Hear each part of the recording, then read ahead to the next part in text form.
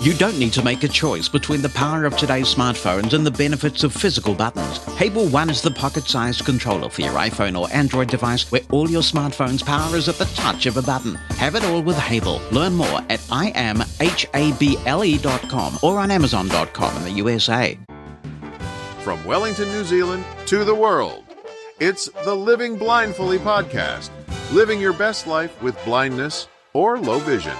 Here's your host, Jonathan Mosen. Hello, coming up on the podcast this week, more thoughts on a possible third-party screen reader for macOS. Bikes and other wheeled vehicles making life tough for blind pedestrians. And Justin Ng from MacOS talks about Timecrest, a fully accessible game. Great to be back with you for this episode, which is 259, and we've reached an historic moment. Generations of people will remember this episode because there's no North American area code 259 and there's no country code 259 either. They did tentatively allocate country code 259 for Zanzibar, which is still using the Tanzania country code. Mate, there's a great Billy Joel song on the 52nd Street album called Zanzibar. It's got some epic saxophone playing on it. And if you get the Billy Joel compilation called My Lives, you can hear an extended version where the saxophonist is just really going for it. Very good. So we're all on our own. No country code or area code 259.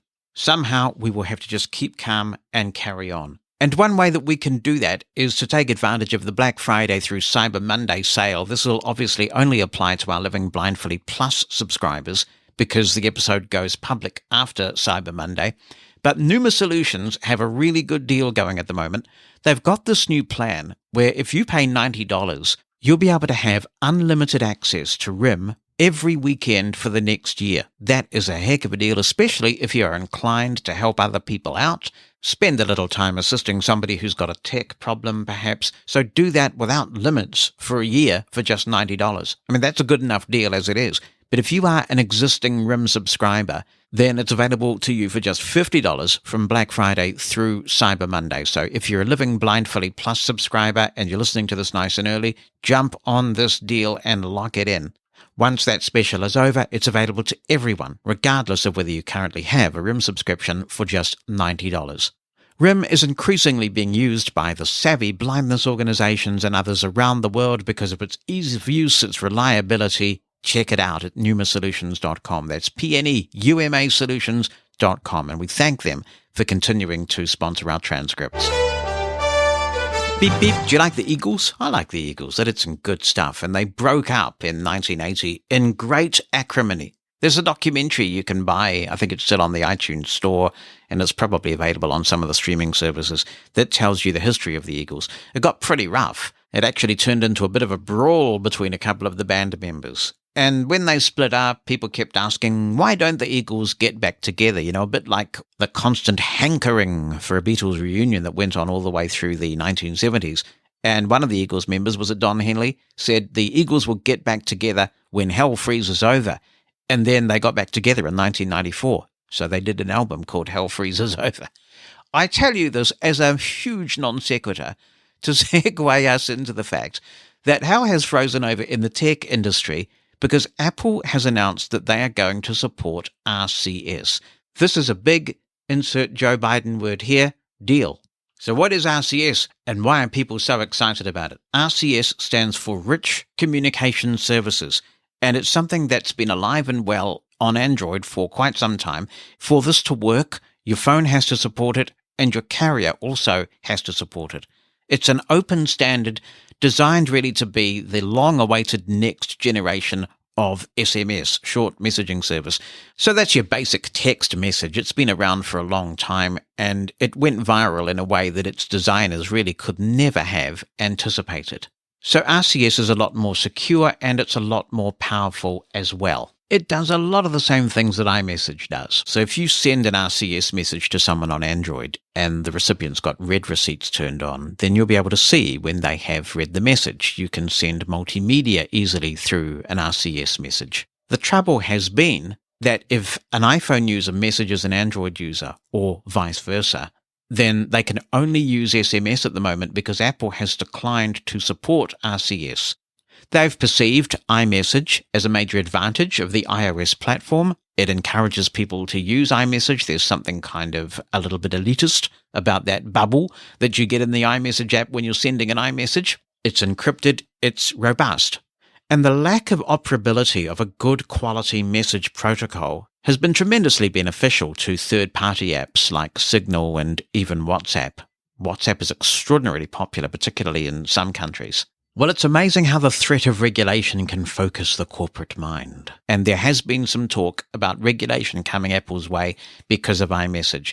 And suddenly, out of the blue, Apple has come out after dissing RCS for ever so long, and Tim Cook only quite recently said we don't hear any kind of hankering from the masses to embrace RCS. And now they've said, okay, we're going to do it. We're going to do RCS in 2024. It may be something that comes in iOS 18. So this is great news. It means that using your native message app, the platform you're on will matter less in terms of who you are messaging. You'll be able to do long messages easily, multimedia content, all that kind of stuff. And it will all work assuming that your carrier supports RCS, and most do. It's becoming a hot property. I don't think that's going to be the big issue. This is the way it should be. Of course, when we send an email, it doesn't matter what client our email recipient has or what operating system they use, because email is an open, well-developed, well-implemented protocol. Things started going off the rails a bit, I think, with instant messages. And in the early days, you had ICQ and you had MSN Messenger. AIM was another big one, wasn't it? AOL Instant Messenger, and probably lots of other ones that I've forgotten. And that's when it kind of started to unravel that there wasn't any consistency about protocols for some of these new technologies. But finally, we see some potential regulatory intervention, and at least in the messaging world, RCS is going to be universal. That's fantastic news. Good on you, Apple, for coming to the party at last. We're less than a month away from Christmas now. That is exciting. I'm starting to feel the spirit. Put on a few Christmas tunes already. I'm so ready for it. And we're also ready to bring you another Mushroom FM holiday countdown and Christmas party. I know a lot of people really look forward to this every year. It's become one of those traditions. We look forward to bringing it to you as well. And we always find new people who say, why didn't I discover this years ago? Or why didn't I get involved years ago? You know, people get a bit grinchy and something tempts them in, and then they're hooked. And they look forward to the holiday countdown and Christmas party every year. So the door is wide open. Do join in the fun. It is really good fun, and there are a number of elements to this. The first is that we need you to think now about your top 10 holiday songs. These change from year to year for a lot of people. There are some people who just have their all-time favorite Christmas song and nothing's going to change that. But some people think about it every year and they come up with a different song every year. Either's fine. Not everybody can think of 10 holiday songs off the top of their head, and they feel a bit daunted about doing that. But don't worry, because the Mushroom FM Holiday Countdown has you covered there too. Because when you go to mushroomfm.com/countdown2023, you can either type in the name of the song you want into the edit box. And obviously, your number 1 song is the most important song. Your number 10 song is, still a good one, obviously, because you're voting for it, but not as important as number 1. And that's significant, and I'll explain why in a moment. But if you don't have inspiration for all 10 choices, there's a nice big combo box. And this is a kind of a crowdsourced thing, because over the years that we've been doing this, and I think the first one we did was back in 2011, so it's a long time now. Every time someone votes for a song by typing it in the edit box that wasn't in our database before, we add it to the database. And now it is a pretty comprehensive database of Christmas and holiday tunes. So you can just select from that list if you need some inspiration. And just moving through that list is actually quite fun, because you do find some pretty obscure Christmas songs and you think, what on earth is that about? So you go and check it out on Apple Music or Spotify or whatever your music service of choice is. So it's a lot of fun. Now, when you have voted for your top 10, and I will show you this process in a bit, and you've completed the accessible capture, because we do take the integrity of the vote very seriously, you'll want to find out, I hope, how your vote turned out and what songs made it to the top 100, which is what we play over a 10-hour extravaganza. That is happening this year on Saturday, the 16th of December, between 7 a.m. and 5 p.m. US Eastern Time. That means that it starts at midday in the UK, 1 a.m. on Sunday morning in New Zealand. You can check the Mushroom FM schedule as we get closer to find out when it's on in your time zone. But if you ask one of your smart assistant things to convert 7 a.m. Eastern into your time zone, I'm sure it will tell you as well. Now, you're welcome to just settle back and listen to the Top 100 as we play it. The show is live. We have a lot of fun doing it. But to get into the spirit of the season, we do this Christmas party, an online Christmas party. We used to do this on Twitter before things got weird over there, and last year, for the first time, we did it on Mastodon. And that was a bit controversial at the time because Twitter hadn't truly imploded yet. It was just threatening to, but it was clear to me that we may as well just make the move because the move was inevitable. And now, of course, our Mastodon infrastructure is further developed and a lot more stable, and we're really looking forward to that party on Mastodon. If you voted, we assign you to a virtual table at our virtual Christmas party, and we will publish a seating chart the day before the countdown is broadcast, which you can check, and you can find out which table you've been assigned to and who your table mates are. You can get on Mastodon and basically participate in the frivolity. If you come up with some really bad Christmas jokes, or you just participate with something interesting, then you will be assigned Christmas crackers for your table. And the table that wins the most Christmas crackers at the end gets the bragging rights for the year for being the winning table mate. Now, Christmas crackers are something that not everybody seems to be aware of. They're big in this part of the world. They're big in the UK. I think they're big in Australia. But in the United States, Christmas crackers are pretty rare. I think you can find them on Amazon.com if you look, but not too many people are aware of them. Some people who haven't heard of them before assume that they're related to food, but they're not edible at all. They're actually small explosive devices. Well, they used to be small explosive devices. They're kind of cylindrical things.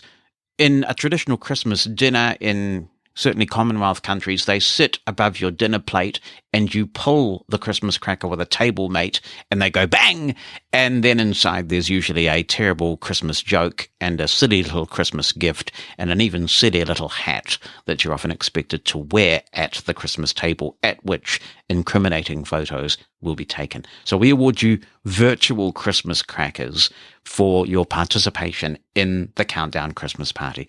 But of course, you are very welcome to just vote and sit back and listen and enjoy the music as well. The choice is yours. But you know what they say, right? If you don't vote, you have no right to complain if some dodgy song gets to number one. So I would like to demonstrate the voting system because we do actually take this very seriously. And I want to thank Mushroom FM's Gordon Luke for building such a robust infrastructure around the countdown. When you vote, the position to which you assign a song influences its weighting.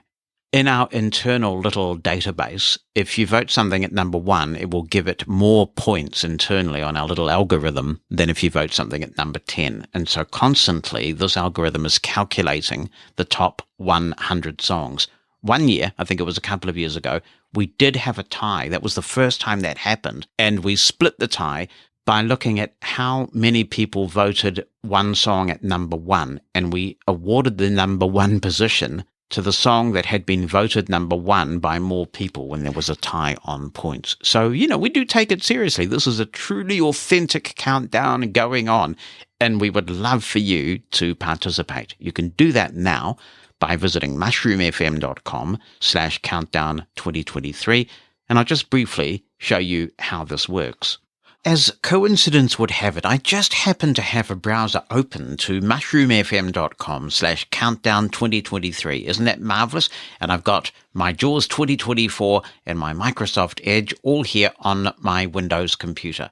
While you can vote on any device, if you want to scroll through the incredible list of songs, I think a Windows computer is the way to do that if you have that option, because you can use first letter navigation. That might work on the Mac as well. I can't verify that at the moment, but I don't think that is the case on iOS. So scrolling through that long list on iOS might be a tad laborious, but it can be done. Let me talk also, while we're on this page, about voting for specific versions of songs. We learned a long time ago that we have to show some common sense here because if we allowed people to vote for a specific version of particularly the most famous songs and carols, we might end up with 100 versions of Oh Holy Night or Silent Night or something like that. So you can vote for a particular song, but not a specific version of a popular song so that we don't just get a very boring countdown. So here we are on this page. I shall verify that by pressing the Windows title key. Holiday Countdown and Christmas Party 2023 Mushroom FM Microsoft Edge Dev. There is a lot of information on here about the party, about how to vote, but what I'm going to do is press the letter F in JAWS, which will take me to the first form field. Position 1. Write the name of a song here if you like edit. And right there is position 1. Now, if you prefer, you can just write the song in here. Just type it in, so we'll turn Forms mode on. Position 1. Write the name of a song here if you like edit. And I'll now just type, say, A Holly Jolly Christmas. I do actually quite like the Lady A version of that.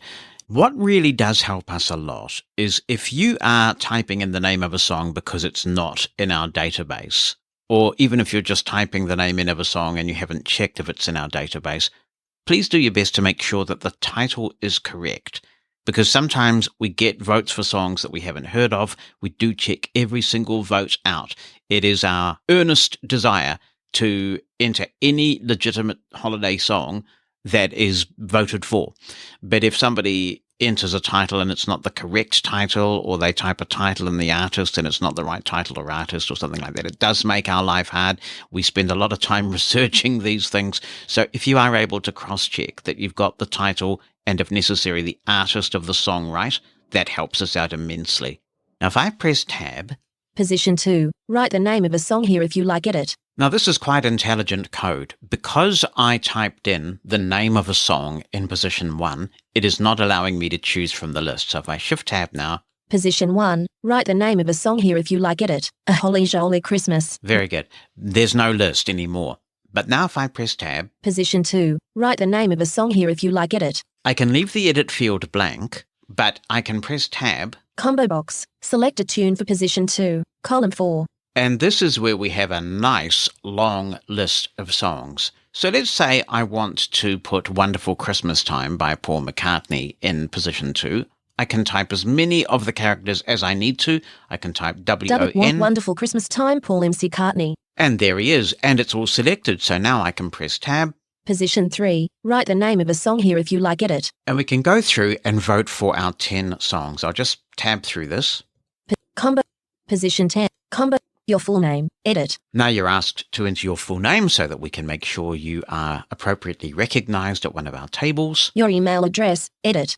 Blank. Mastodon user ID optional at. Edit. This is where you can enter your Mastodon username if you want to and if you have one, and that will be published on the seating plan. The idea here is that we promote a bit of social fun at Christmas time.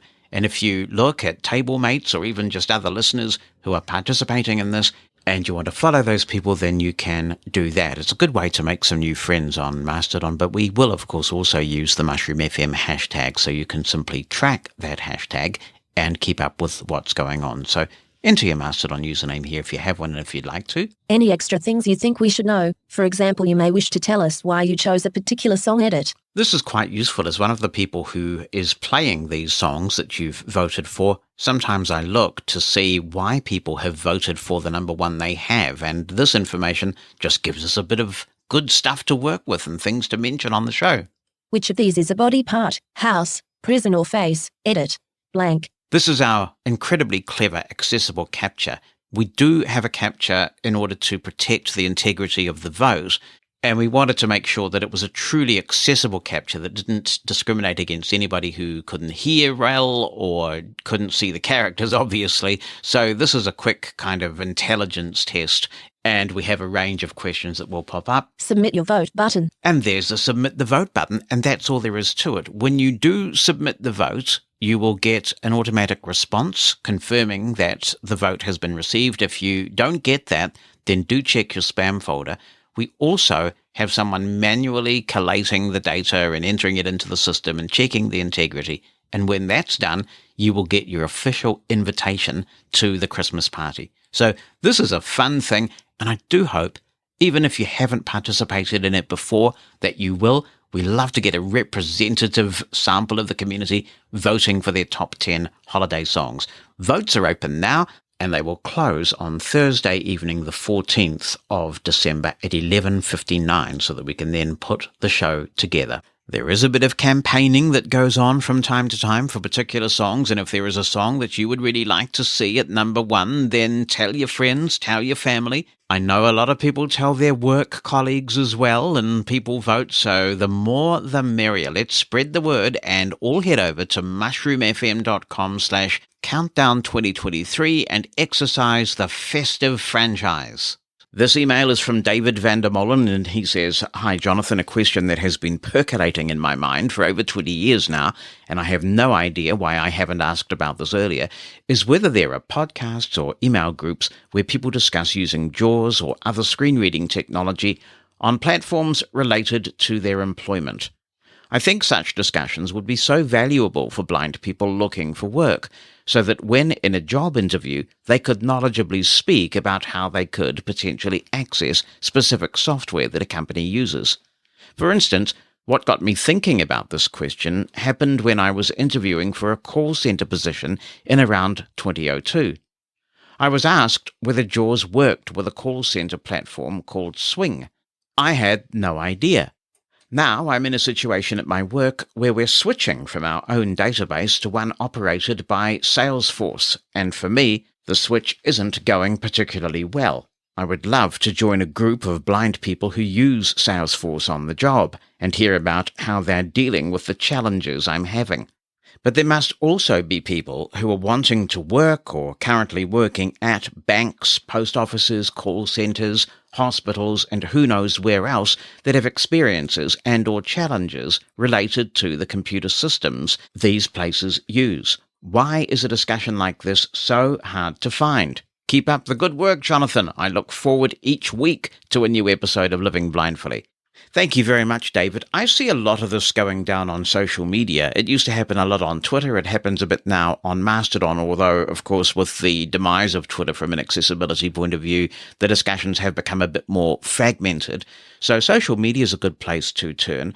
I do know a bit about Salesforce because where I work, we have implemented a CRM, a customer relationship management system based on Salesforce, and we did a custom implementation and made sure that it was accessible. Salesforce do know about accessibility, but it's one of those environments that's highly customizable. So just like Apple, for example, will put in its coding infrastructure technology to make it pretty easy to make something accessible, you can choose not to use it. You can bypass it. And some Salesforce implementations do that. I believe there's also quite a good complement of blind people who are working for Salesforce itself. So I guess there are two questions. Does anybody know of an email list where you can talk about these sorts of vocational tools? There are a lot of general blindness technology email lists out there, but I don't know if there's one specifically about this. It might be something the NFB run. They've got so many interesting email lists on their listserv, so we'll find out if anybody can tell us that. But I would say that if the system's working correctly, what you hopefully would be able to do is to go to your blindness agency when you get a situation like this and get the help of somebody who's qualified to make a technological assessment of a piece of software to find out whether it needs to be changed or whether there might be some scripting done that will allow you to get the job done. So good question, David, and I hope we get some feedback on this. Robert is writing in. Good to hear from you, Robert. He says, in episode 257, you had a comment from a person who saw a multi-line Braille display some years ago. I am reasonably certain that the person was looking at a display sold by Nippon Telesoft. The National Federation of the Blind had one of these displays in the International Braille and Technology Centre, IBTC. The image portion of the display had a grid of 35 by 70 pins. In the front of the display was a single-line Braille display for displaying information about the display. Touch strips along two sides of the image allowed the user to change the resolution of the display. If I recall correctly, the display sold for only a mere US $40,000. Wow. And Robert says, P.S. I used to work in the IBTC, so had my hands on the unit. I certainly remember you, Robert. You see, I never forget a face. Nice to hear your name come up again, and I hope you're doing well. Hi, Jonathan listeners. It's Kevin from the Bay Area. This is in response to Ramona Mandy from Melbourne, Australia. I remember touching and experiencing the KGS tactile graphics display, and I remember them being called .view 1 and .view 2. This was about 20 years ago as well. I first saw it when I got a tour of the Living Skills Center for the Blind, a blindness rehab training program in Sao Paulo, which I later attended as a student in 2008. Like Ramona, I remember an analog clock being demoed where it was possible to feel the different hands move real time and to be able to clearly tell what time it is.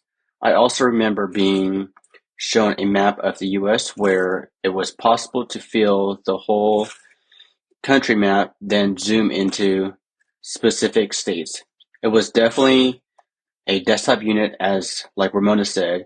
It was 10 by 10 inches on the surface and probably about 8 inches high or thick. The tactile graphics that were shown were easily recognizable and easily understandable, which I'm not sure if I could say about current form of these tactile graphics displays and multi-line displays in the past couple of years. It was very cool to hear that someone else saw the KGS .view displays as well, have memories of it, and it's cool that we are talking about it again. I too wonder what happened to KGS and these .view displays, as they were very cool and innovative for their time and could have been really amazing if they were still around today. Some comments on Vosh, the embryonic third-party potential screen reader for the macOS platform. Christopher Wright says, "Hi, Jonathan. Vosh sounds very interesting. And assuming it doesn't crash and burn due to lack of interest, it could essentially become NVDA for macOS.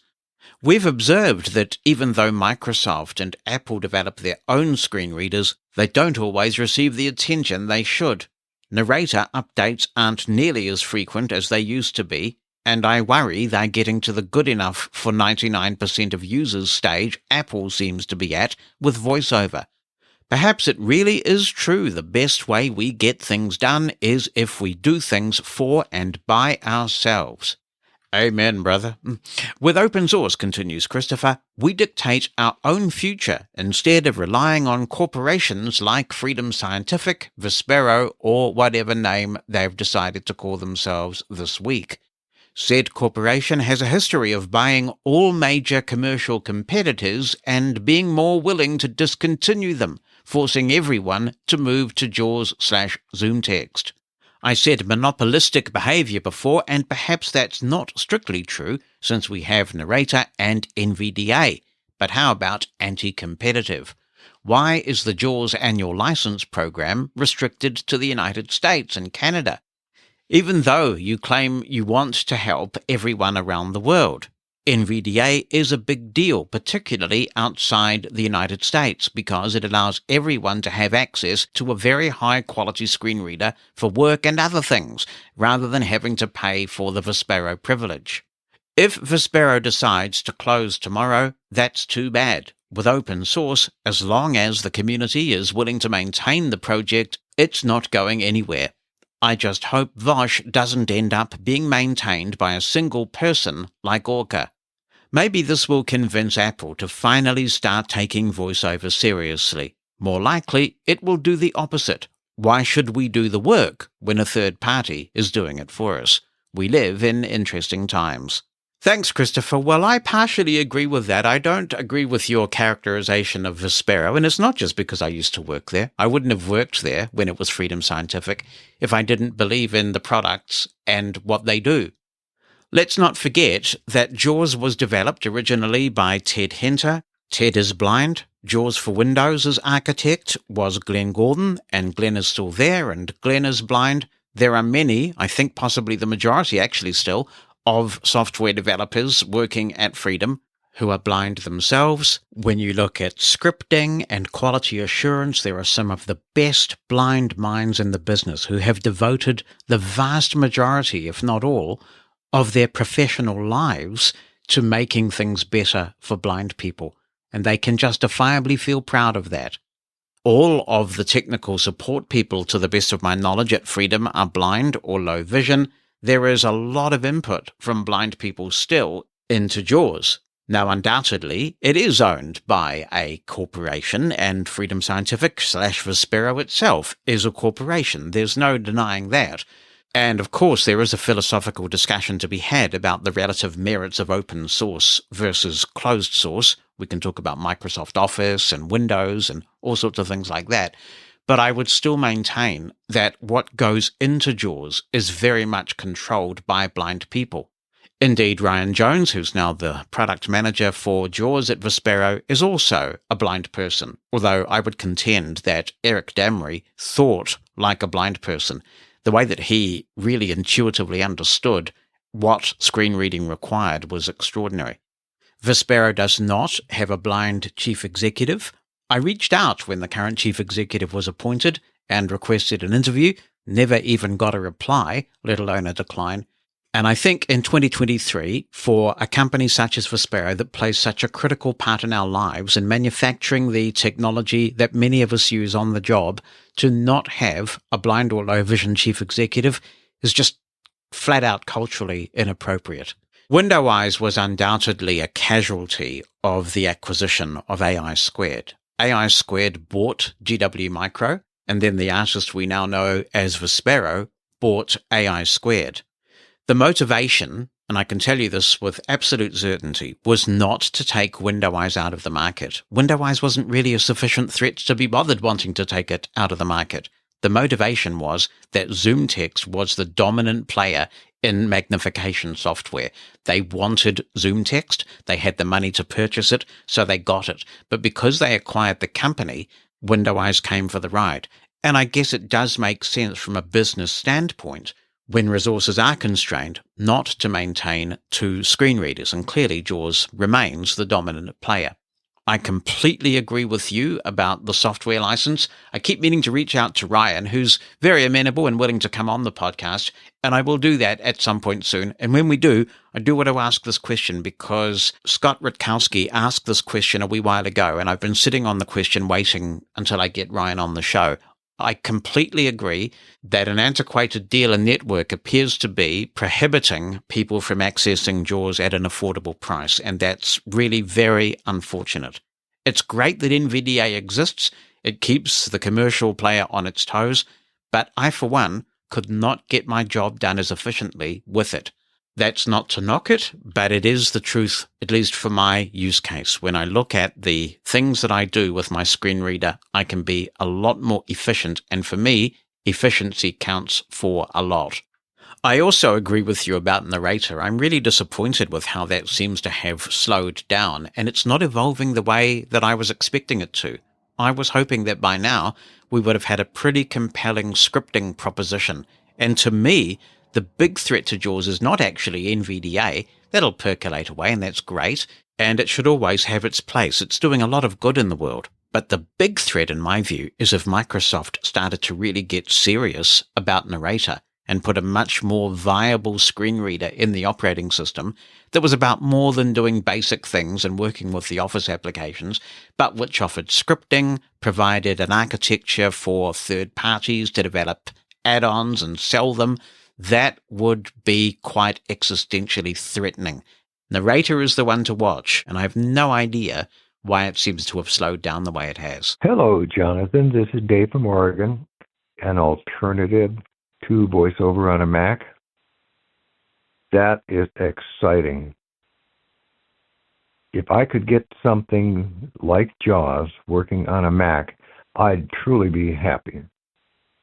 Having used Windows for 2 decades before getting a Mac, I'm aware that VoiceOver is, at best, a Band-Aid to allow us to use the Mac. But it is nothing like the power that we had from JAWS. Thanks for your thoughts, Dave. John Dowling writes in and says, I'm really excited for the future development of this screen reader. I watched the YouTube video and it looks promising. Luis is writing in from Colombia and says, Hi, Jonathan. A couple of years ago, you mentioned a wonderful app that allows you to play radio on the Apple Watch. Unfortunately, I don't remember its name, and I haven't been able to find it searching through your podcast episodes. It is indeed an excellent app, Luis, and it is called Streamlets. That's Streamlets.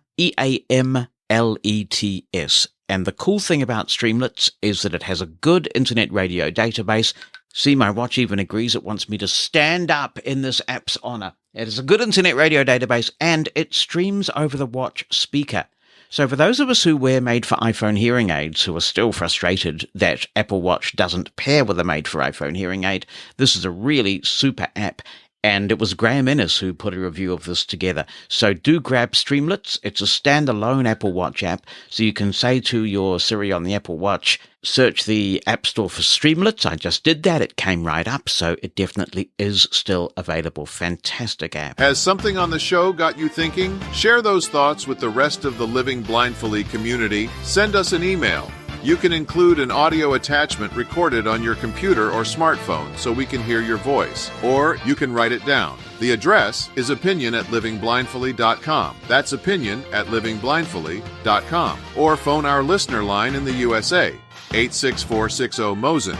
That's 864-606-6736. Let your voice be heard. Here's an email from Morris Mines, which was sent just after I put out the announcement for episode 258. He says, Dear Jonathan, I have some comments about your upcoming podcast episode.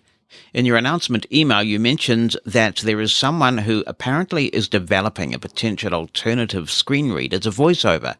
I think this might have some potential. However, if the screen reader is radically different from VoiceOver, user adoption might be very slow. Also, if there's a cost attached to the new screen reader, people will just avoid it and just stay with using VoiceOver, for instance. Thanks, Morris. I think it might depend in both cases. I would gladly pay for a good quality screen reader that's a bit more Windows-like. I don't know whether there's much point in just duplicating the VoiceOver interface, because if people are happy with that, there's not really an incentive to switch. But if people love the Mac hardware and they really wish they could find something that for them is more viable, then a different look and feel may be just what's required. And I'm certainly relaxed about the fact that people got to eat, right? They got to put food on the table and pay the rent or the mortgage. So if it's a good product, I will gladly pay. But it will be good to have the choice because VoiceOver will always be there. Well, one thinks so anyway, and will always remain free. Morris continues, in your past episode, and maybe for a few episodes to come, you're going to be commenting on All the Light We Cannot See, the Netflix series. I am currently listening to the novel. I think it is important to remember what time this novel took place. Also, let's understand that history is just the history. We know, for instance, that blind people are treated much better today than they ever were treated in history. I don't think we should try to revise history. Let me give you an example. Recently, there was a video, I'm not going to mention it here, other than to say that it depicted an erroneous point of view about deaf-blind history. It tried to tell us that Helen Keller never existed. I've heard about this meme about Helen Keller not existing. What kind of absolute absurdity is this? Morris continues, let's not try to rewrite history. History in some cases is there to teach. We need to learn from that history so it's never repeated in the present day or the future. The other thing that I'm thinking about that you might wish to consider devoting some time to on a future episode is an issue that I'm struggling with these days, and that is Parallels Desktop for Mac, the Pro Edition. I am using it because it allows me to use the very dictation software that I'm writing you this email. Unfortunately, there are some challenges. Many of the specialized devices we use may not work under an ARM version of Windows. But I'm finding that the biggest issue is Parallels itself.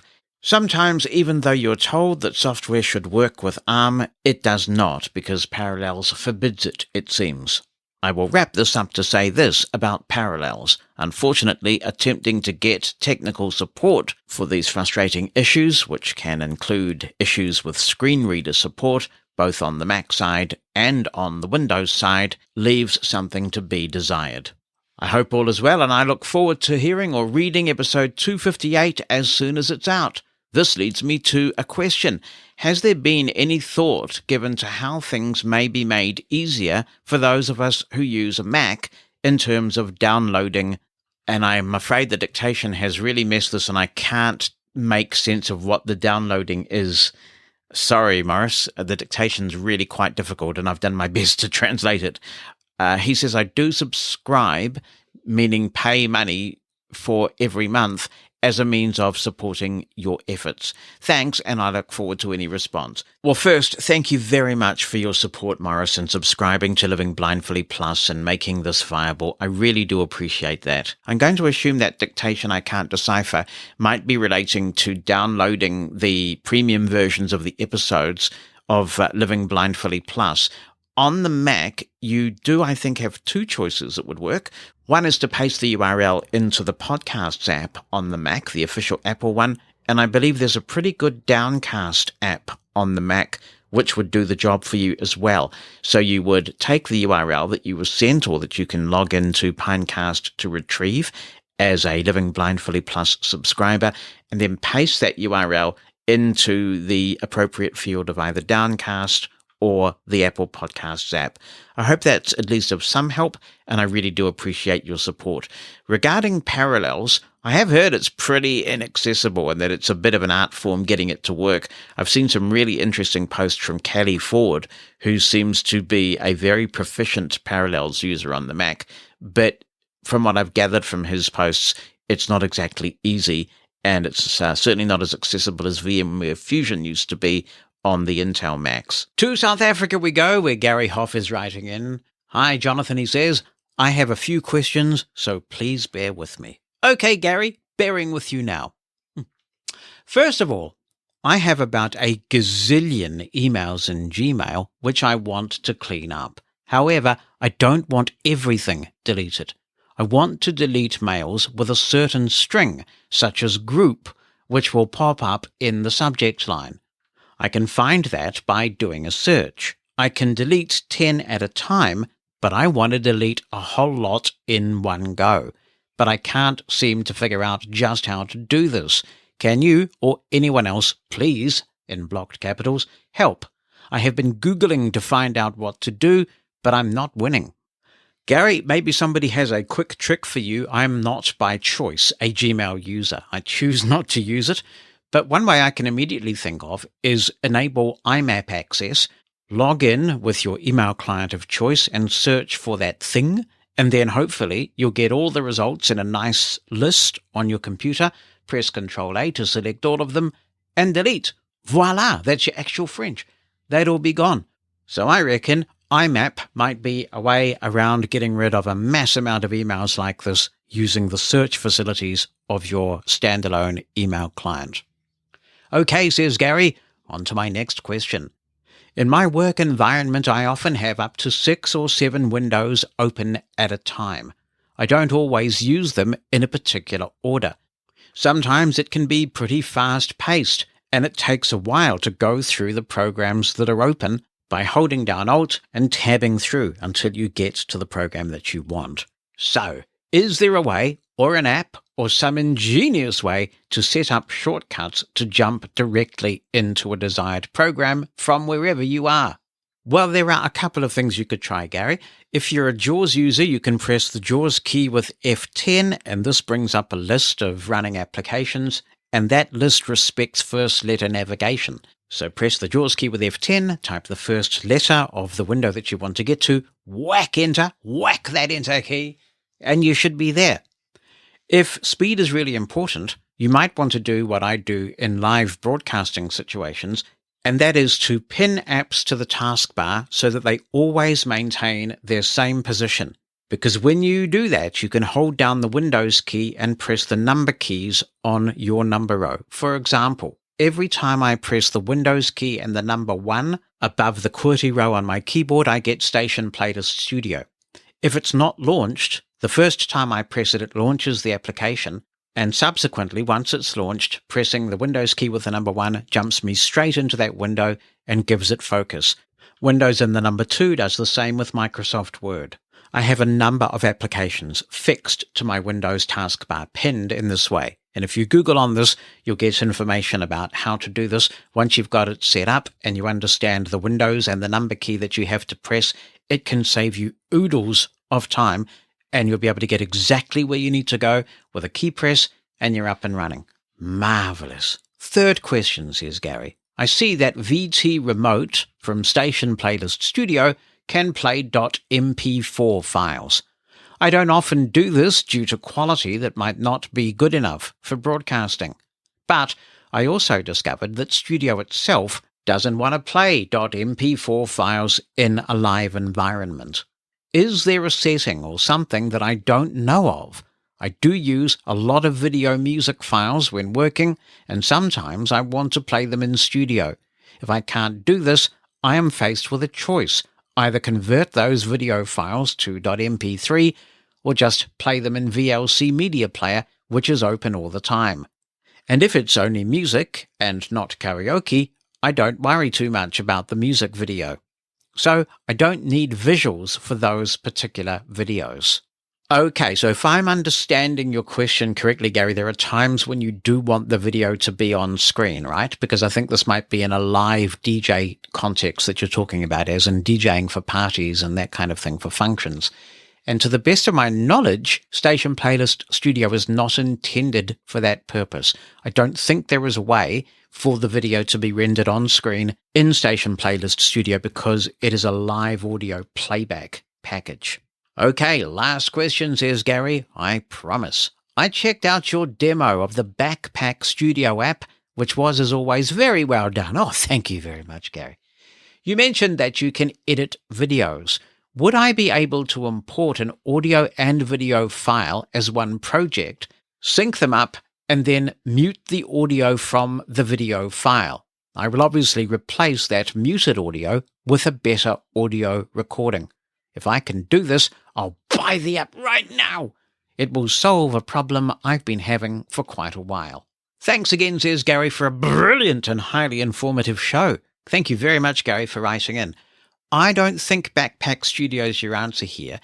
To the best of my knowledge, Backpack Studio's video capability is limited to taking a piece of audio and then kind of overdubbing a nice little waveformy thing over the top of the audio. I don't believe it imports video files, and you can't edit in Backpack Studio. However, on your PC, I would use Reaper for this. Reaper would be perfect because on one track you could import the video file, on the other you could import your better quality audio file. You can make sure that those two files are absolutely in sync by listening to both tracks and getting them in absolute sync.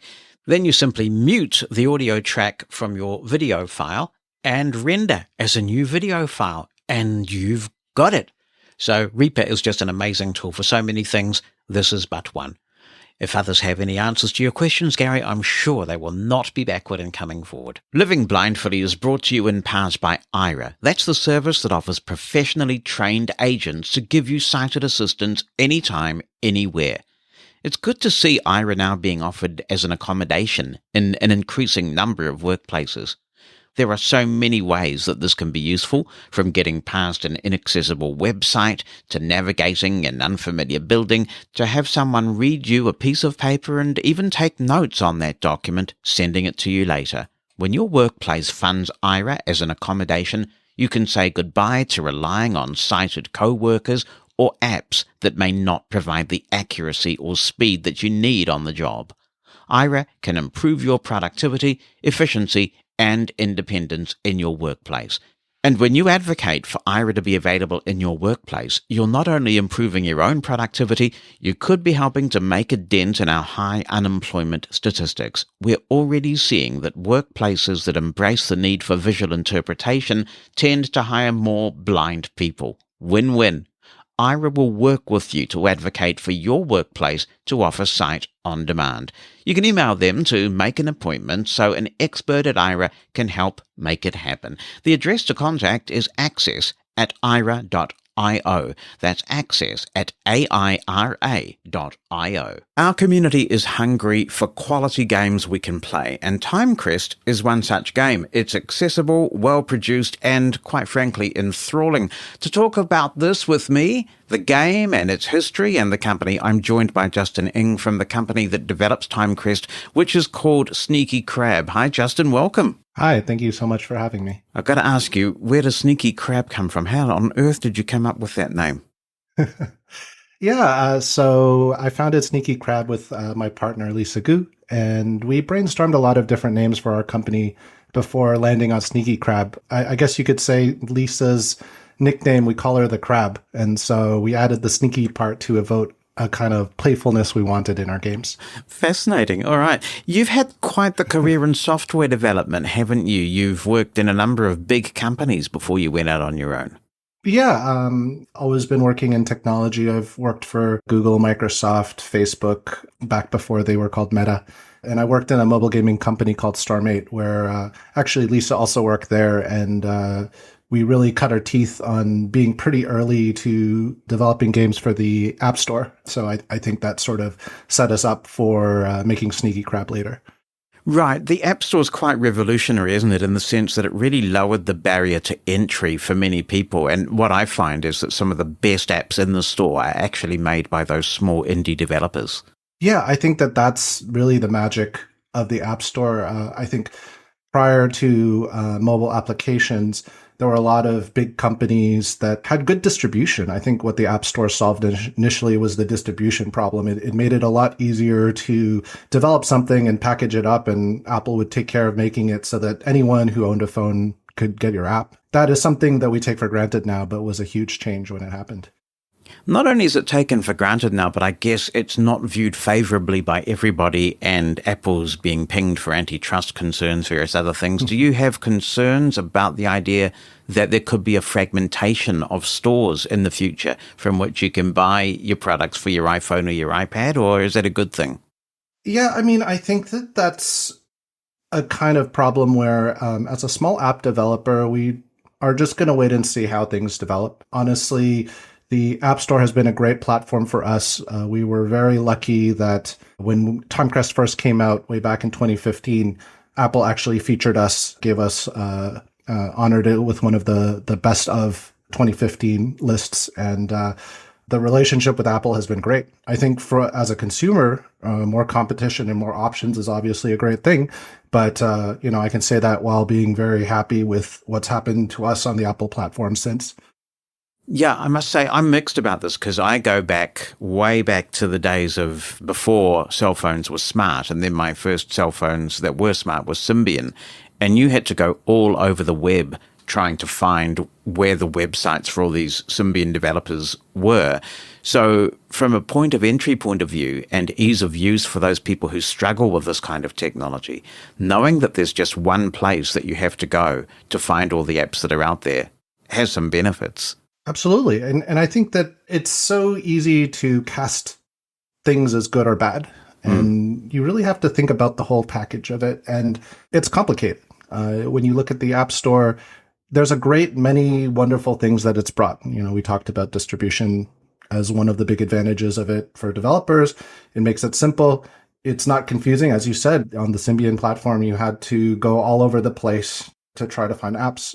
When I was a kid, I used a Palm Pilot, and it could be very hairy trying to find apps and get them to work, and it only worked on this version, and you don't have enough memory.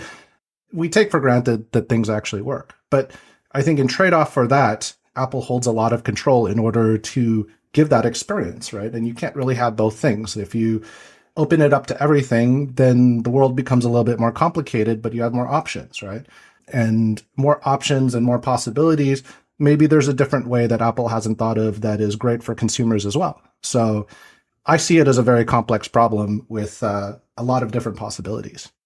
A lot of people dream of doing what you have done, basically stop working for the big corporation and the regular 9 to 5, work for themselves, be their own boss. But it's a huge leap of faith, especially when you've got the skills that you have, where you're eminently employable. You can go to a whole range of companies and use your software talent and be assured of a salary. Was it a scary process to actually start your own company like that, to actually go beyond dreaming about it and do it? Absolutely. I think this was probably one of the scariest things that Lisa and I ever did, maybe aside from having a baby. That's probably the scariest thing we've ever done in our lives together. But it was also something we felt we had to do. when we were thinking about starting a company, it was 2015.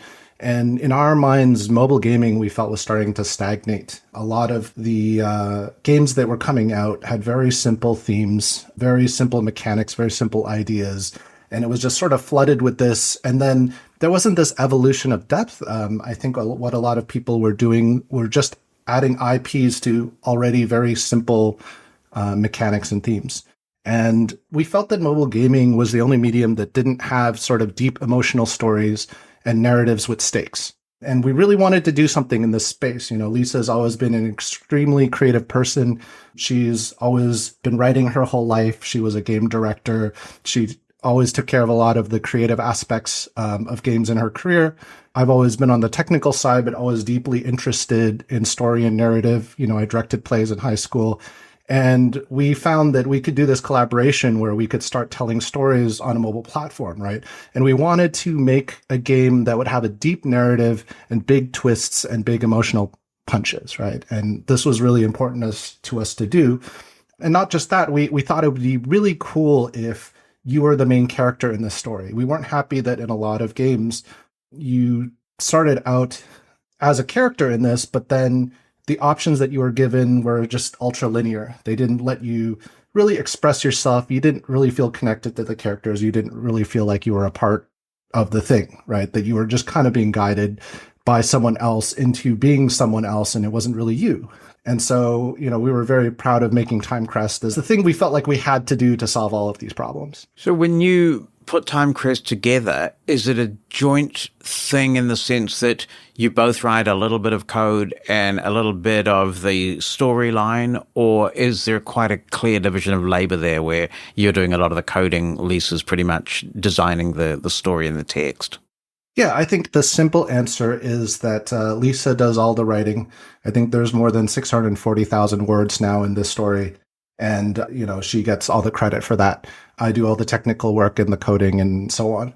But our collaboration is very deep because we break a lot of story together. I pitch a lot of ideas. It's hard for me to remember, you know, for different plot points in the story, which ones were mine and which ones were hers. And when it comes to the app design, she has a tremendous amount of feedback that I don't remember. You know, did I design the feature this way? Did she do it? Like, we are constantly collaborating on every single aspect. And I think that's why the partnership works so well. When you developed Timecrest, did you do so with accessibility in mind, or did you put it out there and then blind people discovered it and told you it was accessible? Yeah, we initially did not develop it specifically to be accessible. And I think that that's a symptom of how my experience in the tech industry went, that I'm very sad to say that accessibility was not a focus. And so naturally, as I went on to develop my own product, it wasn't a focus initially. But then I was contacted by a blind user who said, hey, look, your game is 99% accessible, but can you fix a few of the bugs here? And as soon as we saw that, we immediately realized within 24 hours, we needed to make accessibility a very key focus on Timecrest. So we actually stopped everything that we were doing at that moment, and we redesigned the entire app. I think we took, I want to say, 3 months. We spent the first half of that just understanding how to use our phones through voiceover features, turning screen curtain on, using all of our apps, using Timecrest, and just understanding what it's like to use our phones as a blind user. And then we spent the last 6 weeks of that redesigning the entire app. I think we rewrote almost everything because we didn't just want to add labels and make it kind of accessible. I think once we had spent enough time learning how to make an accessible app and using our phones in that way, we realized there were a lot of changes we wanted to make Timecrest not just adequate through voiceover, but to make it really fun and engaging. When we as blind people contact a developer with a report like that, like there's promise in this app, but it really could do with some work, and often you get feedback from the developer saying, thanks for this, we'll add it to our list, which is basically a euphemism for go away. And you never hear from the developer again. So what is it about you and Lisa that meant that feedback that initial blind user sent to you resonated to the point that you put all that effort in? That's a really good question. I have to think about that because for us, it seemed very obvious from the get-go. I mean, as I said, we made the decision within 24 hours that we were going to stop everything and work on this. So it seemed very obvious to us that this was something important. I think that Timecrest stands for building a connection between the person that is playing and the characters in the game. I think that it's really important that emotional connection is built, right? And that a lot of the conversations you have with the main character, Ash, especially in the early chapters, are designed to build that relationship where you can be kind or you can be mean to Ash. And so I think that in service of that, I think that when people write in and tell us about their experience and we realize this is something that is going to be a barrier to that connection, we have to fix it. At least I think that that's how I would think about it. I mean, in hindsight, now that we have learned a lot more about this, I think I saw a stat that there are something like 240 million blind and low visioned people in the world. So, I mean, I think it's also a really great business choice to support accessibility in products. Do you have any idea at all how it's impacted your bottom line, in the sense that, do you have some feeling about the percentage of your user base that are voiceover users?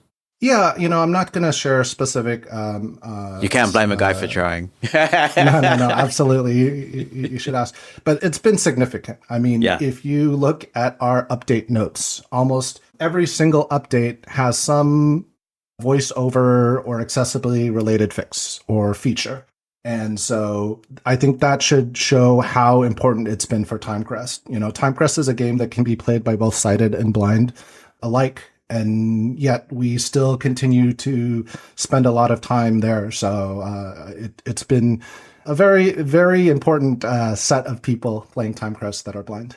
And it's a niche that you're filling, right? As I said at the beginning in the intro, the community is hungry for games that we can play, and we really are underserved.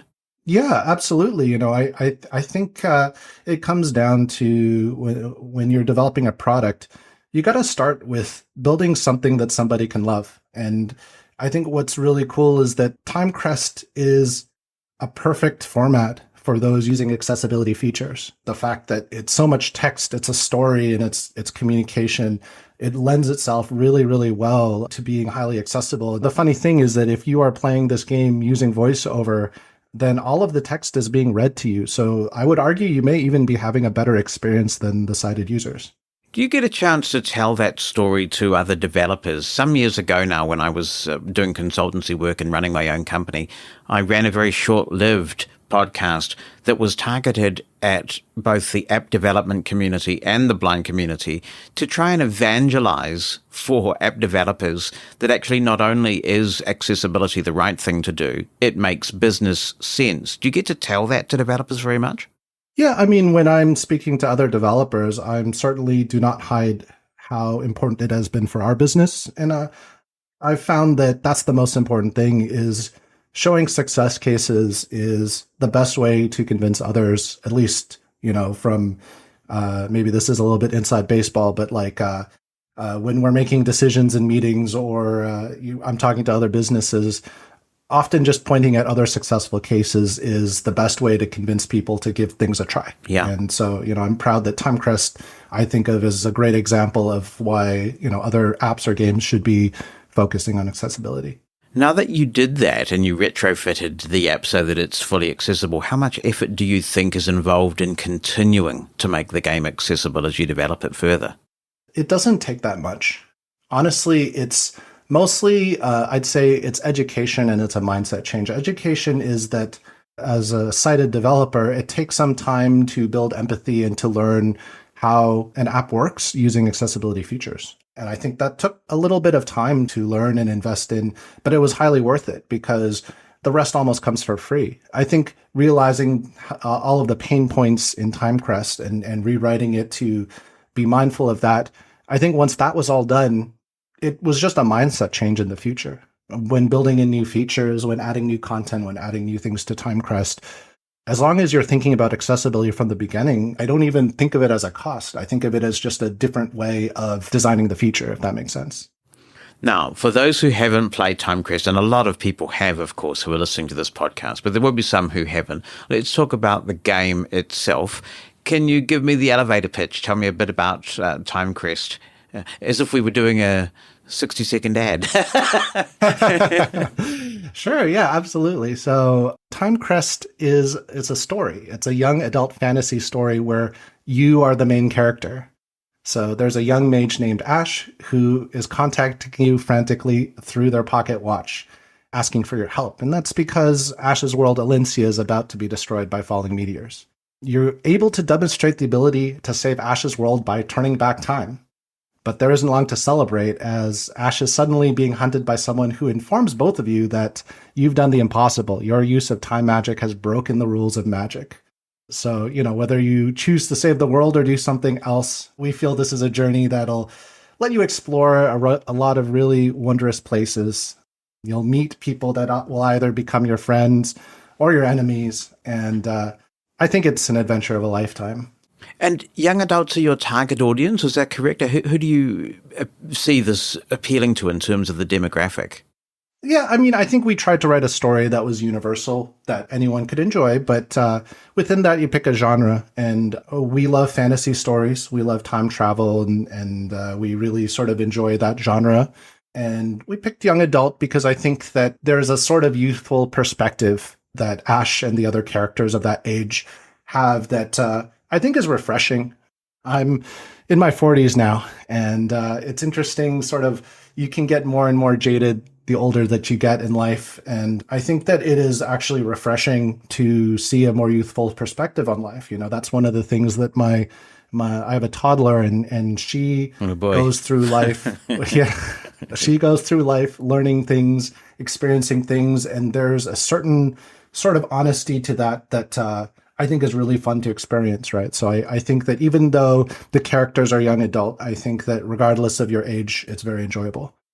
The toddler in my life, well, the soon-to-be toddler in my life is now my first granddaughter. So I'm at that great stage where if she gets a bit too much, I can give her back to her parents and they can sort it out. So you've got lots of fun to look forward to. In terms of the game, it's interesting because I started playing it and I said to my wife, who's also blind, you should play this too. So we both play it and talk about it, and we're nowhere near young adults anymore and getting older by the minute, in fact. I also put my oldest daughter, who's in her 20s, onto it because she loves games like this. And it's great because we keep talking to each other about where we're at in the story and the slight variations that we each get depending on what we've done. But what I like about this game is that there doesn't seem to be a way to completely break it and find that you've killed off the characters and you have to start again, which is one of the most frustrating things about the old Infocom text adventures that I used to play. And I'm sure I'm dating myself by referring to them, but they were classic and they were accessible. But if you got to a certain point where you did the wrong thing in the story, you were toast and you had to start from scratch again. One of the things that we really did to try to make Timecrest special, when we started writing Timecrest, there were a couple of principles that we came up with that I'm proud that we stuck through with as much as possible. Timecrest 1, Timecrest 2, Timecrest 3, through so much content. And you pointed out on a really important one. A lot of games where you can make choices in the narrative, they try to trap you. They make you try to memorize the correct choices. They give you trap choices. Oh no, your character died if you go down this path. Oh, your character died if you went down this path. And then you start to realize this isn't that great because the game is linear anyway. So why am I making choices? They force you to do or say certain things, and the choices that you're given don't reflect what you wanted to say to the character, right? So, the first principle that we had was that there are no wrong choices. There's nothing takes you out of a story more than realizing there are wrong choices, right? So we wanted it to feel relaxing, that you could just express yourself how you wanted with the characters, and whatever choices you make can lead to a satisfying plot arc. This rule was challenging because it meant that there are entire paths that, Lisa might have spent 3 months writing out that you'll never see because you just didn't go down that path. But we felt like for the best experience, it was worth it. The second thing we put in was that we said that choices should allow you to be yourself. Anything that is on the player's mind should be a possible choice, even when for us writing it might be inconvenient. Because how often have you been reading a story or watching a movie and you want to yell at the character, "Why don't you do this? Oh, you're so stupid. You should have done this," right? Well, in this story, we want you to be able to yell at the character and say, "Hey, why aren't you thinking this? You should be doing this." Even though that can be difficult, it's actually hard when you're writing a story for there to be a character who can kind of say almost any random thing. But again, it was important that you had that so you felt like you were truly a part of this. You could express yourself and you were making connections with the characters.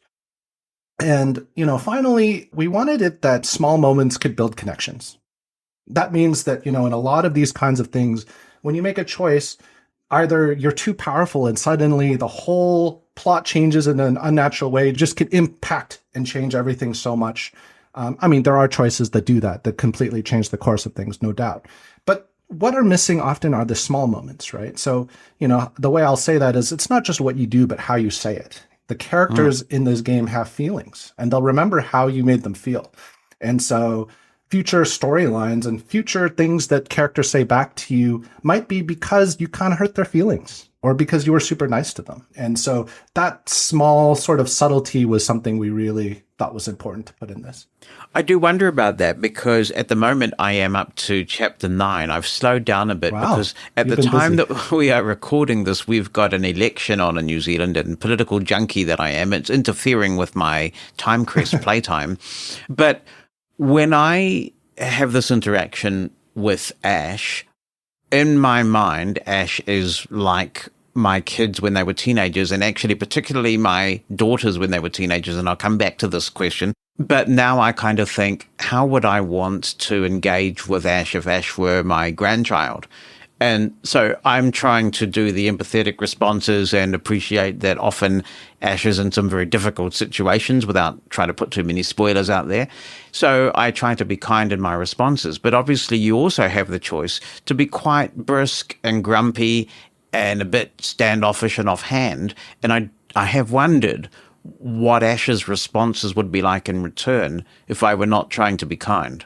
Absolutely. We've had people tell us that they've done the sort of, I don't know what you call it, the evil playthrough, the playthrough where you do the opposite of what you would have said just to see what would happen. And they sort of mentally protect themselves by saying, oh, I'm just doing the opposite. So this isn't really me. And they try to separate themselves from it, right? But, I think that we wanted this to be a reflection of what you wanted to say. And look, like, I'm actually the kind of person who likes to do the empathetic response, but sometimes I'm having a bad day. Sometimes, especially having a toddler, some days are difficult. And then I find like, what, I just want to be a little bit curt today in my playthrough in Timecrest, right? And I don't think there's anything that's necessarily unfairly mean, but like sometimes you can be a little bit curt. And if that reflects your emotion, there's something cathartic about that, right? And the nice thing is that we tried really hard to make it that none of these responses are the wrong one. It just creates a different story. Interesting. How many chapters are there in total? Yeah, at the moment there are 15 chapters. You can kind of subdivide Timecrest into 5 chapter segments. We call chapters 1 through 5 Timecrest 1, chapters 6 through 10 Timecrest 2, and chapters 11 through 15 Timecrest 3, because that's kind of the order in which we had released those blocks. But, you can just play through from 1 through 15. So you've opted to extend Timecrest rather than writing a variety of games, is that correct? That's right. Yes, we've been working on Timecrest in and out. We've been updating this app for the last 8 years. Our first release was pretty simple and didn't have that much content, but we have, especially with the support of the community, continually added more and more over the years. You've been careful not to tell us in the game whether Ash is a boy or a girl. It's a gender-neutral kind of name. Now, do you have a picture of Ash in your head? Because I have to say, for those who haven't played the game, you're kind of getting text messages. It's like you are having a text conversation with this character called Ash, and you never find out what gender Ash is. Ash, to me, texts like my teenage daughters used to text, really. And my wife, Bonnie, agrees that it's like texting with a teenage girl. Do you hear this a lot, or are there people out there who think that Ash is male? We've heard from both sides. There are people who think of Ash as male, female, something else, in fact. It's interesting. We decided to do this way in service, again, back to the principle of we wanted you to feel a deep connection to the character Ash. And so that's why we picked a name that could be male or female or, neither. And we thought it was important that you just imagined whatever Ash would be. Whatever Ash is for you, then that's who Ash should be, because that's what's going to build the closest connection. And I can tell you that when I playtest Timecrest, I actually have a run through where I purposefully in my mind try to imagine, a particular type of Ash. This time I'm playing through Ash as male. Next time I'm playing through Ash as female. Whatever the case. So given that there is no right or wrong way to play the game and right or wrong answers, if you get all the way up to chapter 15, is it worth starting a second time because you might get quite a different experience? Or once you've played the game, is that pretty much, the storyline?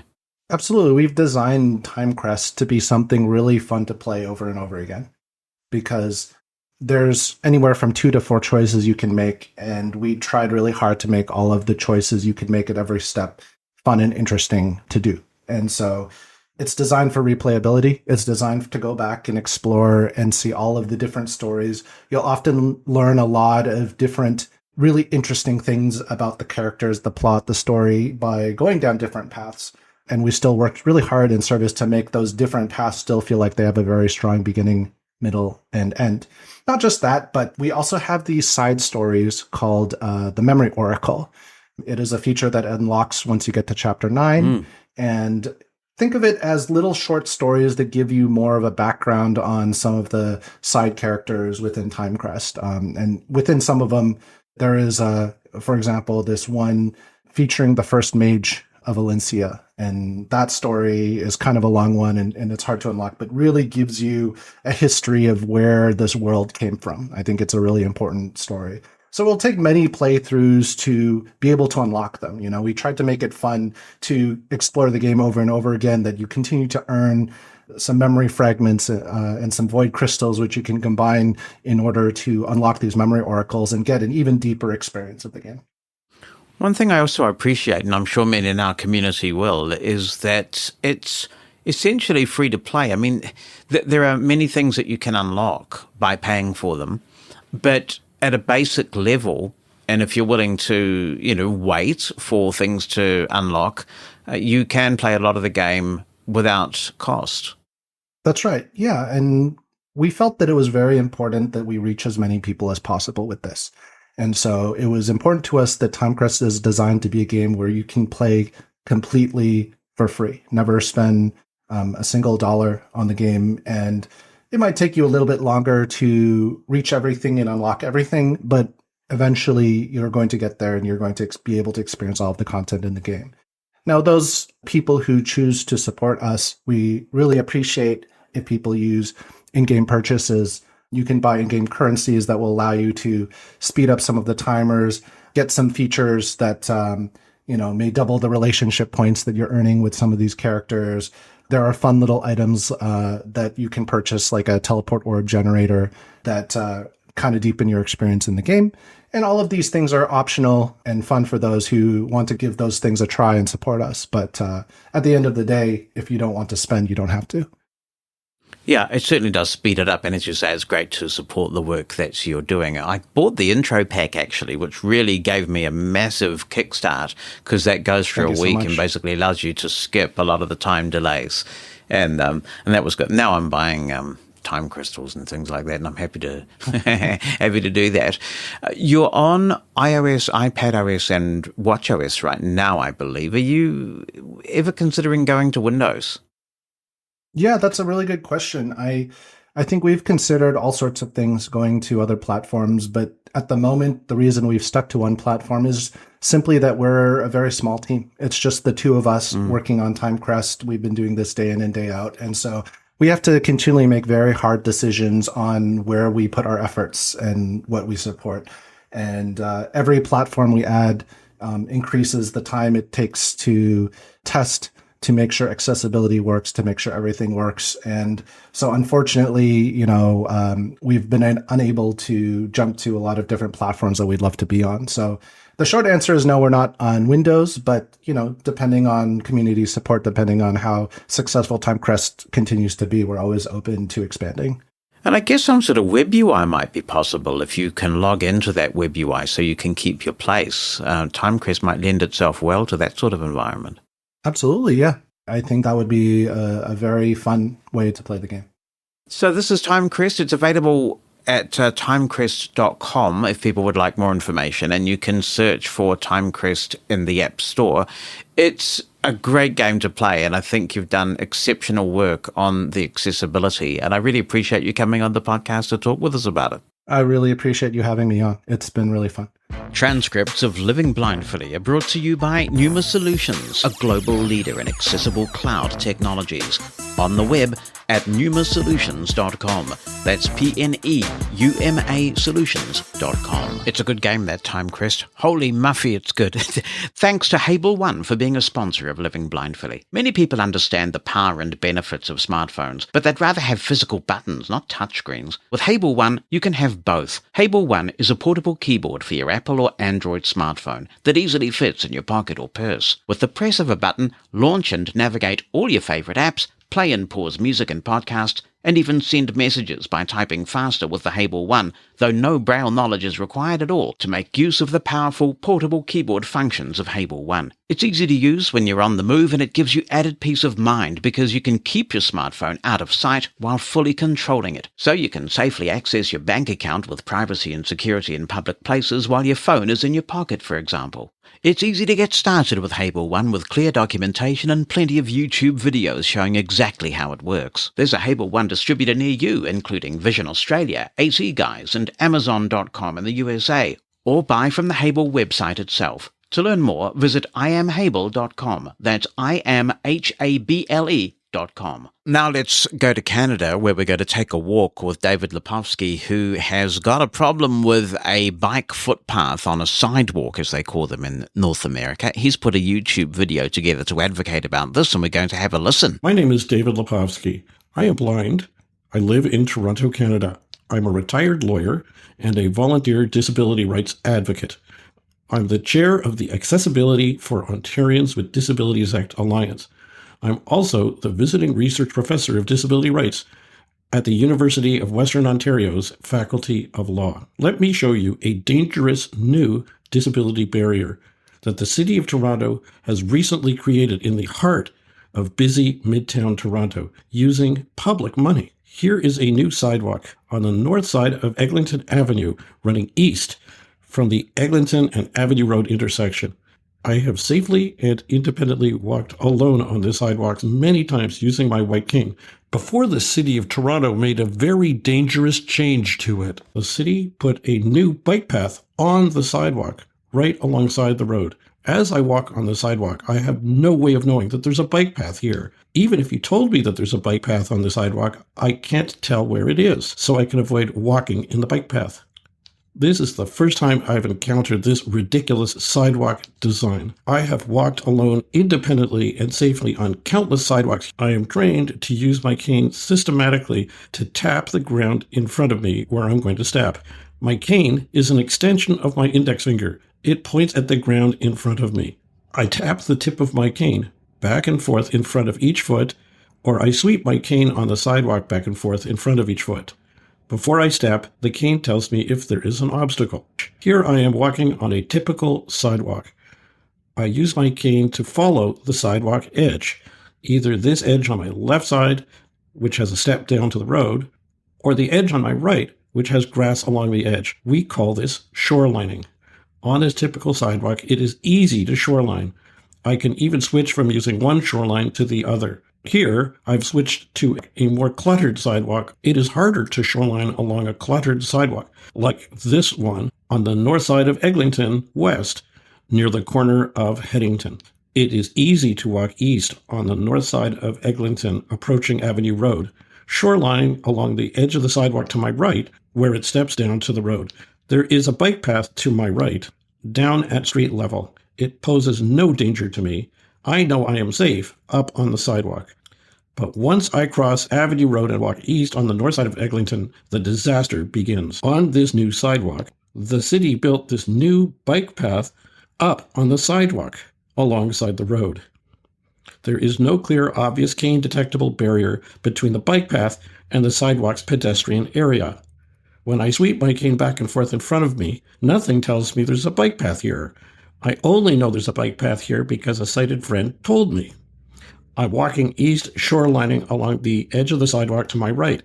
The city can't claim that there is a clear and obvious tactile difference between the bike path and the rest of the sidewalk. That would be dead wrong. Toronto sidewalks have notoriously inconsistent tactile textures from one meter to the next. It would be foolish for a blind person to rely on any of that. This is very dangerous for a blind person using a white cane or a guide dog. The dog won't know that this is a dangerous bike path. If I leave this Eglinton Avenue pizza joint and walk across the sidewalk to the curbside to wait for an Uber, I'm a sitting duck as I cross the bike path. As a lifelong Toronto resident, this is infuriating. It feels as if my city has posted a sign here saying blind people are not welcome. It's a cruel slap in the face in a city and province that say they're committed to becoming accessible to people with disabilities. This design endangers other pedestrians. If a cyclist rides towards me when I'm walking on the bike path, they may have to swerve into the pedestrian area to avoid hitting me. This design endangers sighted pedestrians who are looking down at their phone texting and may unintentionally stray into the bike path. This design endangers little kids who might not expect bikes to be racing at them somewhere in the midst of a sidewalk. This design endangers cyclists. If I unknowingly walk close to the bike path, my cane could get caught in their spokes. Every few meters, there is a tree in the middle of the sidewalk between the bike path and the pedestrian area. Trees in the middle of the sidewalk are more clutter that makes it harder to navigate. It certainly doesn't warn me that there's a bike path here. Who designed this? Who approved this? If they had bothered to think about it, it would be instantly obvious that this is dangerous for people with disabilities like me. Not only is this bike path dangerous, it is illegal. It violates the right to equality for people with disabilities in the Charter of Rights, the Ontario Human Rights Code, and the Accessibility for Ontarians with Disabilities Act. It is illegal to create new accessibility barriers like this. This danger would get even worse if the City of Toronto, God forbid, legalized those dangerous electric scooters. A few city council members want to allow them on bike paths. Here, that would be legalizing e-scooters on this sidewalk. E-scooters are a silent menace, ridden by uninsured, unlicensed, untrained joyriders. Many disability organizations want e-scooters banned in all public areas, including, of course, sidewalks. Here's a screenshot of a CBC News report about an innocent pedestrian on a Toronto sidewalk who was hit by an illegally ridden e-scooter and knocked unconscious. Bike paths are a great thing. We need more of them. Toronto could have easily saved public money and a lot of grief if they had designed this bike path sensibly. This is not rocket science. Toronto must immediately remove the bike path from this sidewalk and from any other sidewalks. No city should ever build a bike path in the midst of a sidewalk. Any new bike path should be built at road level, not at sidewalk level, clearly divided from the sidewalks. Build a small barrier between the bike path and car traffic. It is no solution to build a bike path in the midst of a sidewalk and put some kind of guidance tiles or bumps or other tactile markers in the sidewalk. It won't work. Many blind people won't know they're there or won't know what they mean. Even if they installed some sort of tactile line, I won't know which side of the line is the safe side. It would be a waste of money. The city should make public who approved this dangerous design. They should never again design public infrastructure. Toronto's mayor and infrastructure committee should join me at this sidewalk. Walk in my shoes.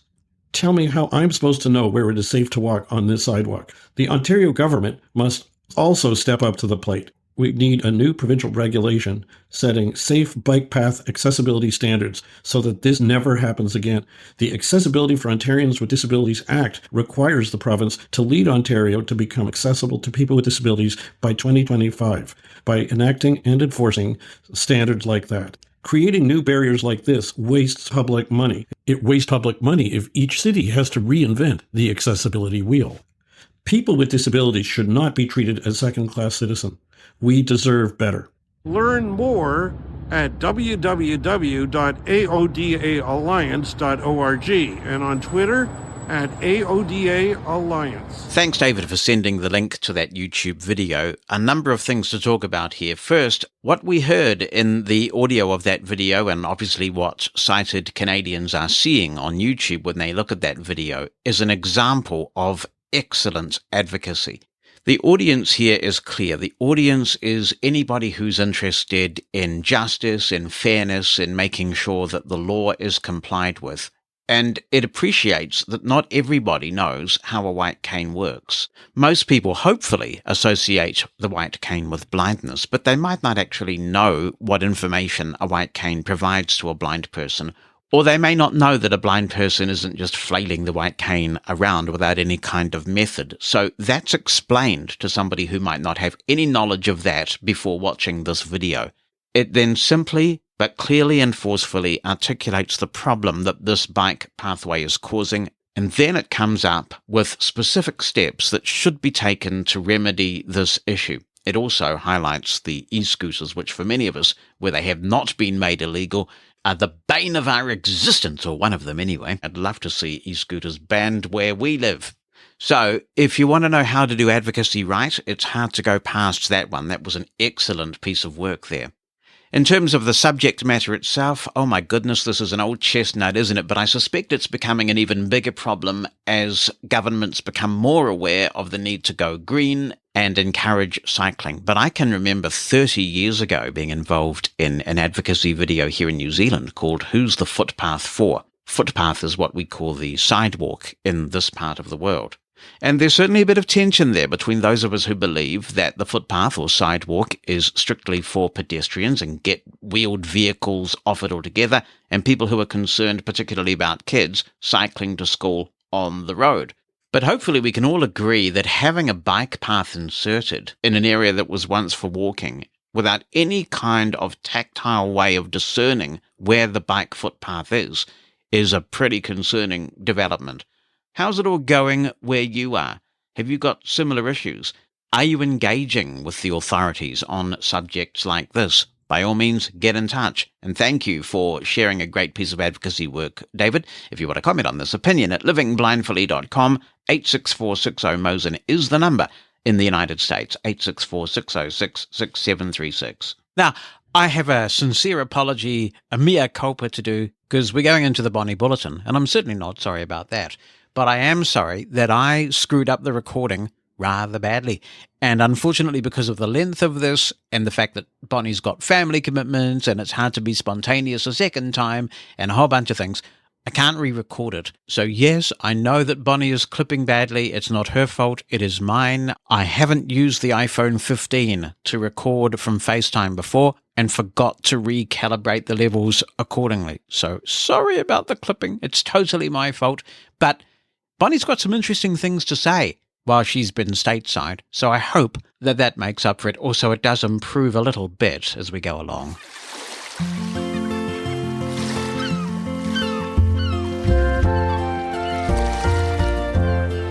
Never before has that song seemed more appropriate because Bonnie is indeed over the ocean in the United States, and I thought it would be worth checking in for a Thanksgiving update. And actually, this is recorded on the eve of Thanksgiving.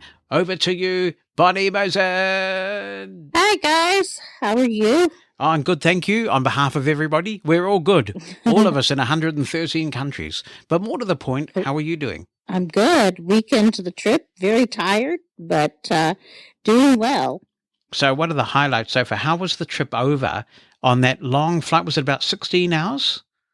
15. Actually, a little less than 15, about 14 hours and 50 minutes. From Auckland to New York. Direct. Yeah. How was that? Direct. It was good. I slept most of it, so it wasn't a big deal. And they had some sort of issue with the Wi-Fi, didn't they? Yeah, they didn't know what it was. It only was working sometimes. Outrageous. So they weren't sure. So I had a Sky Couch, which was nice. But this time it must have been a bit easier. Although, even though you didn't have me, you did have Eclipse. Yeah, but she wasn't in the Sky Couch. She was curled up by the window. So I was able to put two of the seats up, and I put the little blankety thing down, and then I laid down on top of it and took a very long sleep. And it was great. That's the way to do it. What did they feed you on that long flight? Dinner was a chicken mushroom orzo. That was actually really good. I actually ate it. There was a brownie, and then there was a slice, and I don't know what the slice was. I didn't eat it. And then it got taken away. And then for breakfast, they had bacon and egg pie with tomato relish, fruit cup, and muffin of the day, which I don't know why they call it muffin of the day, but anyway. Another day, you get a different kind of muffin, that's why. And then, or you could have a burrito, because we were flying over Texas, muffin of the day, and a fruit cup. Right. So it was kind of a strange breakfast, but it was actually, 3 o'clock in the afternoon in the U.S., so I guess it was more of a brunch. Some people just cannot imagine taking such a long flight without going stir crazy, but you obviously didn't go stir crazy. No, it's worse if you have to sit up, but if you can lie down or, stretch out in some way, it's not too bad. Excellent. You also had a good limo service, didn't you? I did. It was called My Limo, and I'm not sure if they're worldwide or not. I think they are, but I used them from JFK to get to my friend's house and used it to get back to the airport. So it was very, very nice. They keep you informed at every stage of the journey, whether they're on their way, and, they're really in good communication. And JFK, there's a lot of construction going on, but I was able to find them. They're always in communication with you, so it was really good. Got through customs really quick. And that's via their accessible app, right? They've got their own app. They do, yes. And you spent quite a bit of time in New Jersey hanging out there. I did. It was great, yeah. Had a really good time. Very busy from dusk, dawn till dusk. Did a lot of things and saw a lot of friends. And then Saturday we had a Friendsgiving. So we had a big turkey dinner and about 12 people that came over. And that was really nice. We had a fire pit outside. Very good. Christina has a fire pit, which she really likes. She likes lighting fires in it. I see. Mm-hmm. Nothing like a bit of setting fire to things. So what do you do? Do you cook food in the fire pit? I think you can. Yeah, I mean, if you wanted to. It's like this big round pit that you put a fire in, and then you can cover it up to smother it out. Because there's this lovely Māori tradition called a hangi where they bury food deep in the ground on hot stones and leave it to cook. And oh goodness, it is so tender. It's absolutely delicious. I don't think you could do a hangi in it, but you might be able to do s'mores. One of the conversations that we've had that's been interesting for me over the last little while is just you being reminded of things that are a bit kind of slower or different in some way in the States. Like, for example, in the US, checks are still a thing, whereas they've been abolished here. And various other things that you've been reminded about the way the federal government grinds away. Oh, yes, and that they're not very electronic and that you have to do everything by paper or through a portal that doesn't work half the time. You're still hanging out for info from the USDA? Yeah. Hopefully it'll be here Friday. I'll have to call them, which is impossible, but they claim they can get it back, so I'll call and email them. So that's an example of what's going on, because you initially thought you could do this via their portal. But the portal was broken. And they didn't know when it was going to come back up. And I'm like, well, I don't have time to wait on your portal to come back up.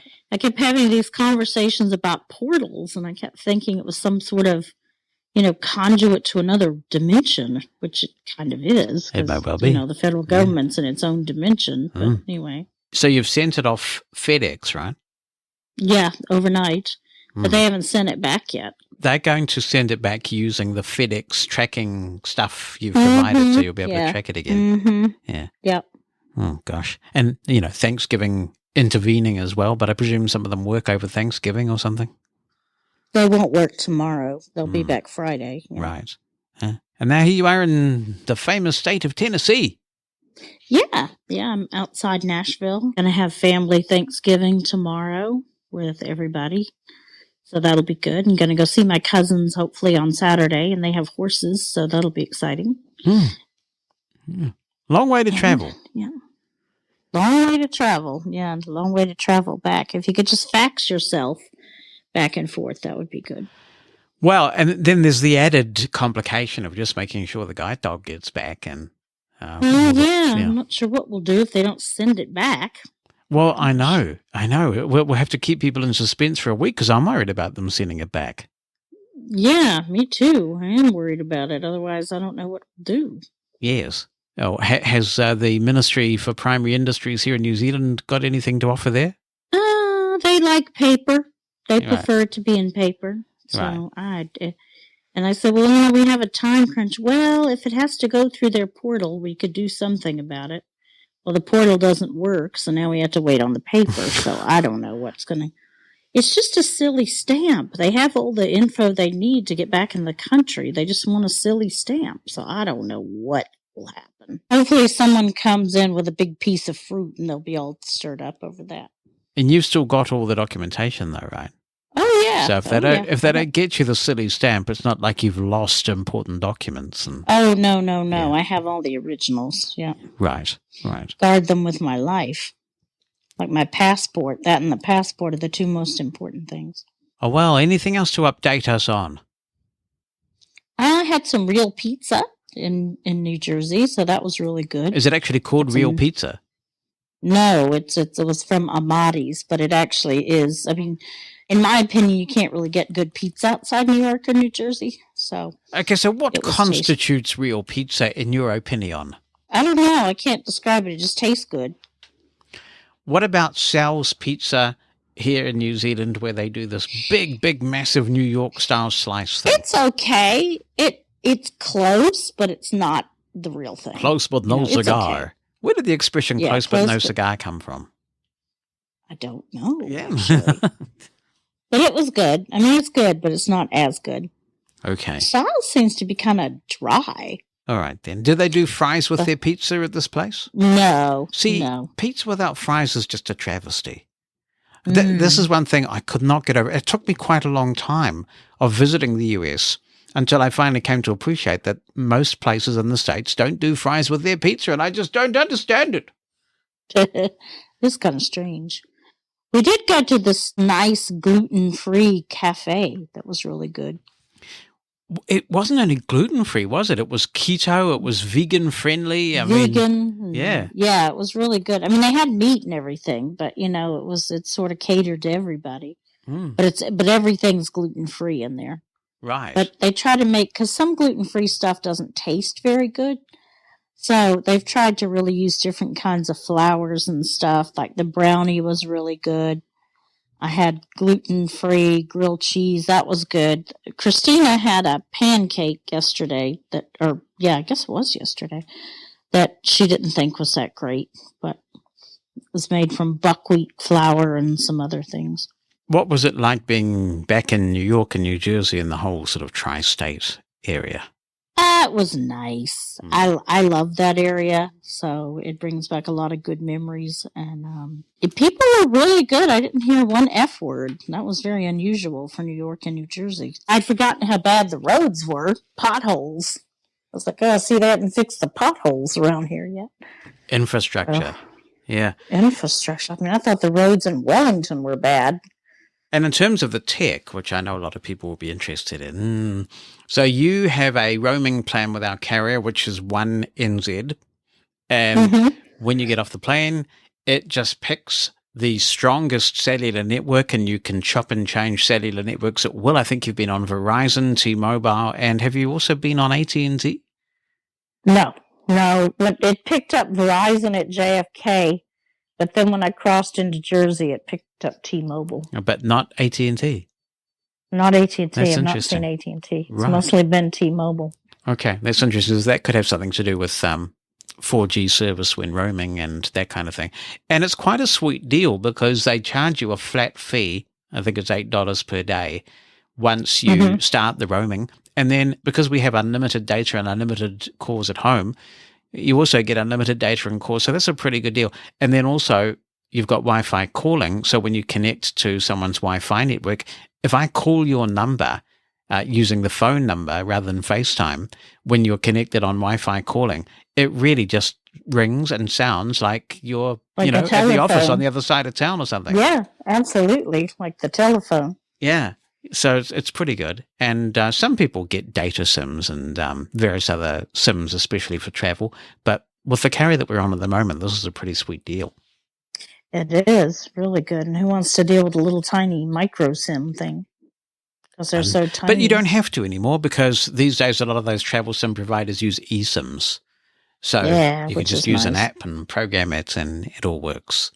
Yeah. So traveling is much more straightforward than it used to be in terms of keeping up. I mean, I remember when I first traveled to the US, and that was in 1988, and making a phone call back home was a huge deal then. You'd sort of say in advance, okay, I'm going to call at 7 o'clock your time on Saturday night or something, and everybody would be gathered round, and you'd have to talk quickly because it was like $1.80 or $2 a minute or something. And what goes on in the parts of Tennessee that you're in? You know, like, is there any particular industry it's famous for? Or? Nashville, of course, is country music. And we're in kind of a bedroom community of Nashville.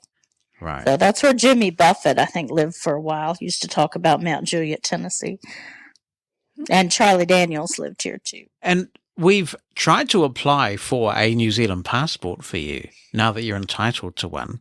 And there's one little part of the process that isn't particularly accessible, and that is when you have to enter an address and it comes up with this automatic verification process that takes a lot of JAWS cursor work to get through, but you can get through it if you know what you're doing.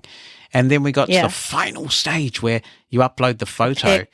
And it didn't like the photo. It said there was shadow around the eye. You need to try and keep your eyes open more or something when you get the photo taken. But you've got your nephew, I guess our nephew now. Our nephew is a videographer. So hopefully he'll be able to. He can do photo. And also he's your nephew, so he won't mind telling you, Auntie, you have to open your eyes more. And speaking of nephews, the limo driver was Anthony Horvath. Yeah, isn't that incredible?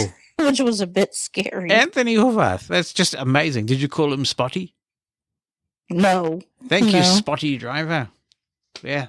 I was a bit worried when I heard he was picking me up. I'd be very worried. And I've met quite a few people that have been to New Zealand. So, what are their impressions of it?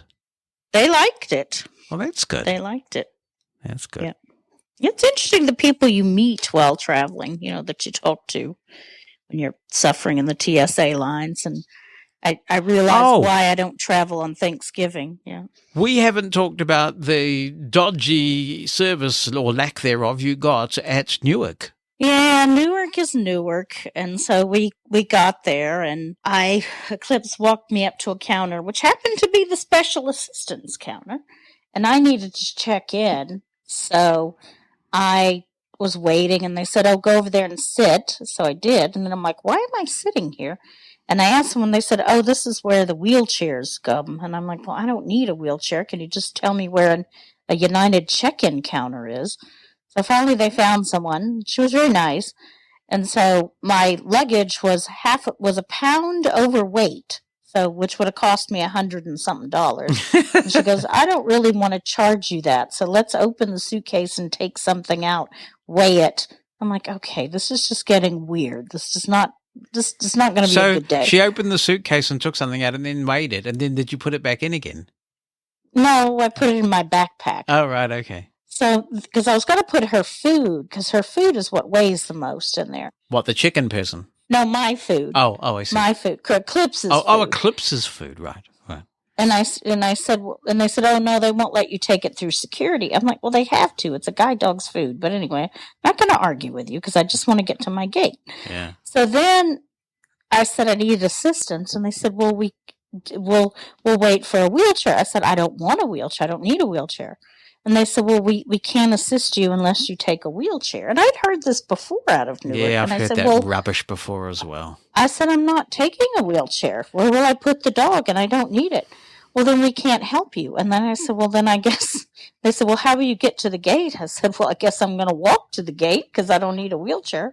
I'll just keep asking questions. Which way's security? So I get up to security, and it's a nightmare. Because, it's Thanksgiving, and there's like hundreds of people literally in this cattle, where you have to go through all the gate, the line, and it snakes around. And I'm like, oh boy, this is going to be fun. So I start talking to passengers, and then I start worrying about getting my stuff out and putting it in the thing and getting it back. So I started talking to these people in line who were really nice. They just come in from Geneva, Switzerland. And she was actually Swedish originally. So we talked about ABBA a bit. Was she an ABBA fan? Yeah, yeah. Oh, that's good. Because when we got in the Uber in Stockholm, remember, the Uber driver was not an ABBA fan. No, and they were, older. And her boyfriend was British, and they own a hotel in South Beach, I think it was. So they're like, this is ridiculous. So she's like, we're just going to go up and break the line. So we broke through the line and got up there and asked the TSA agent, because they were helping me. And so they thought that she was with me like a relative. And I thought, no, she's just helping me. And then she said, can my boyfriend come up? Because we don't want to get separated. So then he walked up and the TSA agent's freaking out. Goes, now everybody's going to come up. Like, that's not my problem. And I'm thinking to myself, that's not my problem if you can't assist me. If the whole line wants to follow me through, fine. Yeah. So we got through without any trouble and got to the gate. But it was just ridiculous. And then, so got on the plane, and we started to get on the plane, but then they had to deplane because there was a maintenance crew on board fixing a seat. I'm like, okay, whatever. So then it's never a good sign when you're sitting there and the pilot says, okay, it's going to be a rough flight. There's weather moving in. It's going to be quite bumpy. I'm like, okay. So it wasn't that bad. I mean, it was bumpy, but we weren't able to get service for a long time. So then we got to Nashville, and there were quite a few people who needed wheelchairs on the plane. So I had to wait to get off because the person sitting next to me needed a wheelchair. So I had to wait until, the cleaning crew was coming on the plane before I could even get off because I was by the window, so I couldn't move. The question I have is, what did they expect you to do with Eclipse if you were sitting in the wheelchair? The person I knew that was forced into a wheelchair the last time I knew her had to put the dog in their lap. That is just absurd. Yeah, and they don't have enough wheelchairs. I think the next time I'm going to say, I'll hang on to it, but I'm not sitting in it. But they're very obsessed with these wheelchairs, and I don't quite understand. I mean, sometimes I have been able to de-escalate that way, but I don't have a guide dog right now. So I've been able to say, well, if you insist on bringing the wheelchair, I'll just put my backpack, which is heavy, as you know, full of technology, so I could use the brake from it. And I say, I'll just put my backpack in the wheelchair and you can push that if you really must, and I'll walk with you. But I will not sit in it. I'm not required to take an accommodation that I don't need. Someone told me that they do it because it's faster. Well, I don't think so.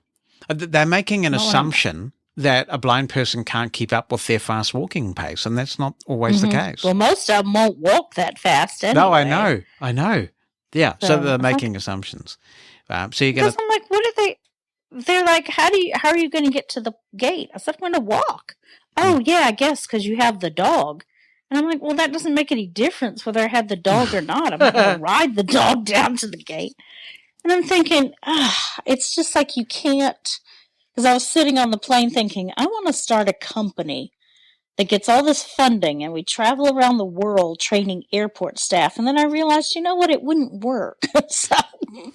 Not only that, I would actually pay as a frequent traveler for, I guess, valet assistance of high quality. Like if I could pay $50 or something to get a person guiding me through this process with dignity and, who might be willing to stop off and pick up some food and do things like that without the pressure of being worried about being thrust into a wheelchair or taking an accommodation I don't want or being sat down somewhere for a long period, even when I'm a frequent flyer and I've got access to the lounge. Yeah, I don't want to spend 2 hours at the gate when I can go to the Centurion Lounge, which I have a right to do. Now, someone told me there are certain parts of American Express that you can get meet and greet at the airport.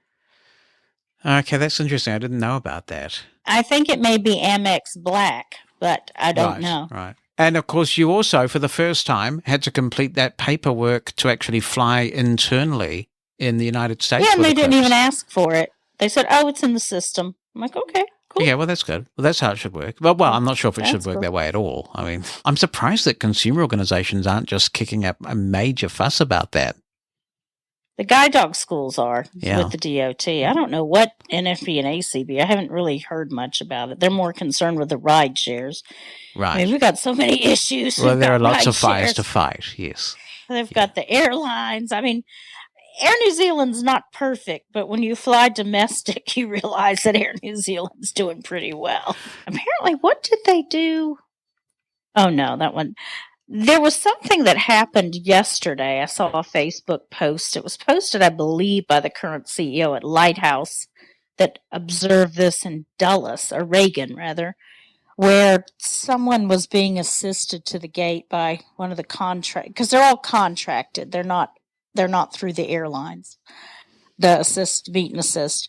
But it was someone who was disabled. I suspected they may have had an intellectual challenge but the meet and assist was actually bullying them into giving them a tip or a larger tip. And it did not go down well with the passengers at the gate. And I think they were reported to a supervisor and stuff.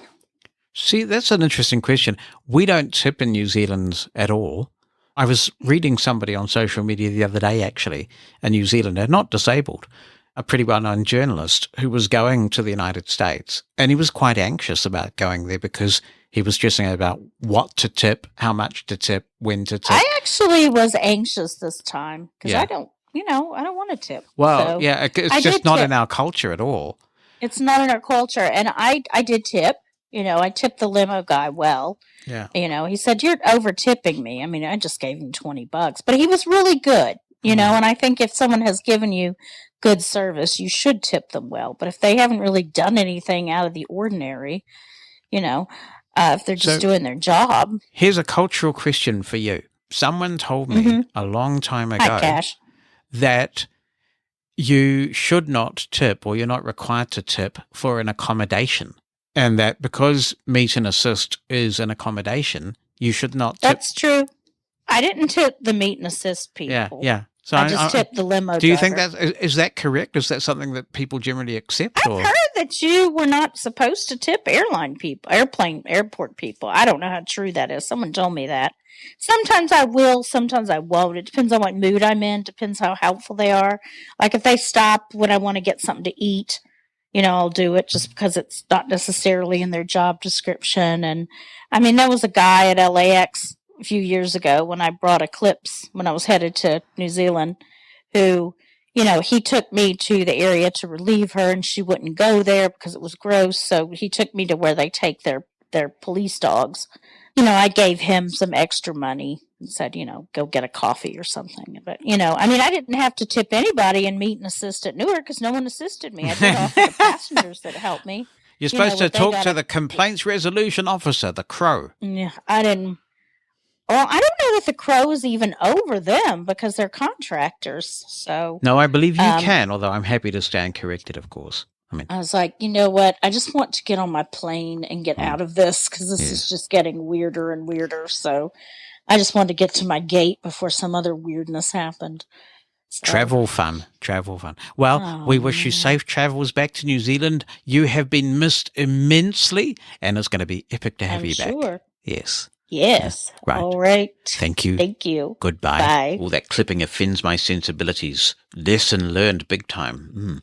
I'm going to go off and castigate myself now, but I will be back next week for another edition of Living Blindfully. Thank you very much for listening.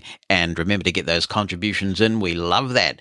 Remember that when you're out there with your guide dog, you've harnessed success. And with your cane, you're able. If you've enjoyed this episode of Living Blindfully, please tell your friends and give us a 5-star review. That helps a lot. If you'd like to submit a comment for possible inclusion in future episodes, be in touch via email.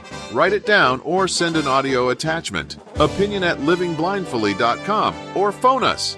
The number in the United States is 86460-MOSEN. That's 864-606-6736.